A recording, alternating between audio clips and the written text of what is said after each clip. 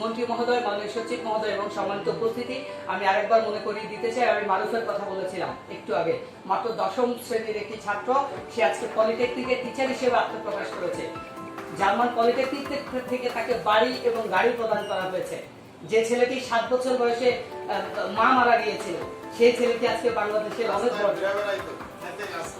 G G sir, thank you sir. এবং broken family, তার বাবা একটা বিয়ে করেছে স্যার, আপনারা ইউটিউবে গেলে দেখতে পাবেন। সেই ছেলেটি যেখানে বকে যাওয়ার কথা, এত ছোট একটি ছেলে যেখানে তার ফিউচারটা ড্যামেজ হয়ে যাওয়ার কথা, সে আজকে ঘুরে দাঁড়িয়েছে, সে একজন উদ্যোক্তা হয়েছে স্যার। এটি শুধুমাত্র সম্ভব হয়েছে এই আইসিটির কারণে, আজকে এই আউটসোর্সিং ফ্রিল্যান্সিং এর কারণে।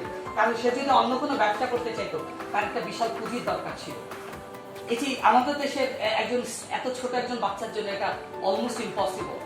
সেই জায়গাটাই শুধুমাত্র সম্ভব হচ্ছে এই আজকে আউটসোর্সিং ফ্রিল্যান্সিং এর বদৌলতে। সুতরাং আমরা বিশ্বাস করি, যদি আমরা এই বিষয়গুলো সম্পর্কে আমাদের দেশের কচি কাঁচার সোনামণিদেরকে, আমাদের স্টুডেন্টদেরকে, আমাদের যুবকদেরকে, বেকার ছেলেমেয়েদেরকে যদি আমরা এই লেসনটা দিতে পারি, লার্নিংটা দিতে পারি, ইনশাল্লাহ বঙ্গবন্ধুর সোনার বাংলা আমাদের অবশ্যই অবশ্যই গড়া সম্ভব। সেটি শুধুমাত্র সময়ের অপেক্ষা।